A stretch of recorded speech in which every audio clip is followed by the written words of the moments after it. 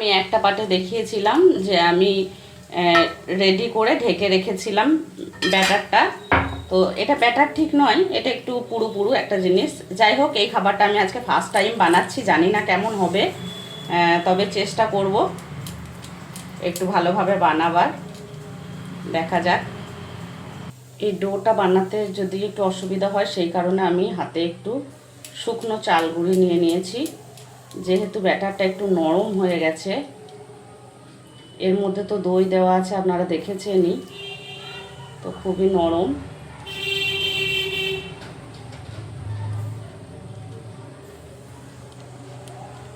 এটা একটু ক্রাঞ্চি ভাব আসার জন্য আমি এর মধ্যে একটু লেরুয়া গুঁড়ো মিক্স করে দিচ্ছি। দেখা যাক কি হয়।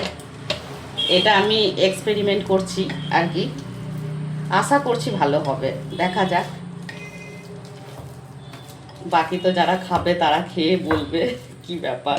আমার মনে হচ্ছে যেন এটা একটু নরম হয়ে গেছে, তো এর মধ্যে যে লেরুয়া গুঁড়ো পাউডার দিয়ে দিলে একটু ব্যাপারটা কুড়মুড়েও হবে, আর খেতেও আশা করছি টেস্টি লাগবে। তো আমি এটা আবারও মিক্স করে, তো আমি কিন্তু এখন ব্যাটারটা রেডি করে নিয়েছি এবং একটা একটা করে এইভাবে ডো বানিয়ে নিচ্ছি, মাঝখানে একটু আঙুলে করে ফুটো করে দিচ্ছি। এটা আমি ইউটিউবে অনেকবার দেখেছি, তো নিজে হাতে কখনো বানাইনি। দেখা যাক কেমন হয়, আজকে ফার্স্ট টাইম বানাচ্ছি বন্ধুরা।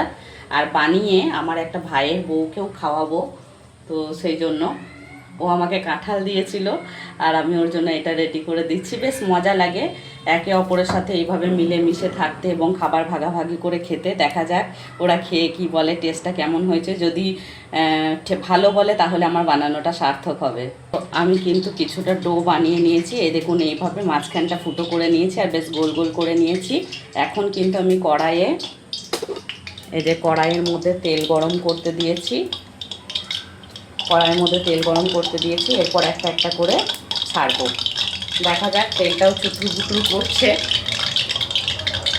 এখন আমার তেলটা অলরেডি গরম হয়ে গেছে, আমি কিন্তু এক এক করে এগুলো ছেড়ে দেবো।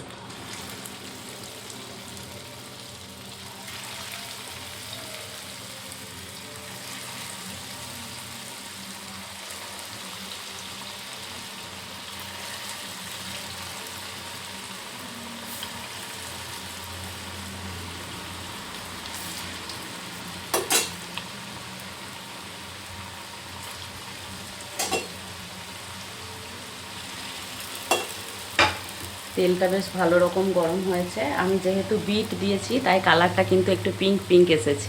তো বন্ধুরা, রেডি হয়ে যাওয়ার পর জিনিসটা দেখতে এরকম হয়েছে। এটা সস দিয়ে খেলে আশা করছি ভালো লাগবে, জানি না কতটা কি হবে। তো আমি তো ঘেমে নিয়ে একসার হয়ে গেছি, আর সঙ্গে ভেজে নিলাম একটু পাঁপড়ও। তো চলো, টাটা।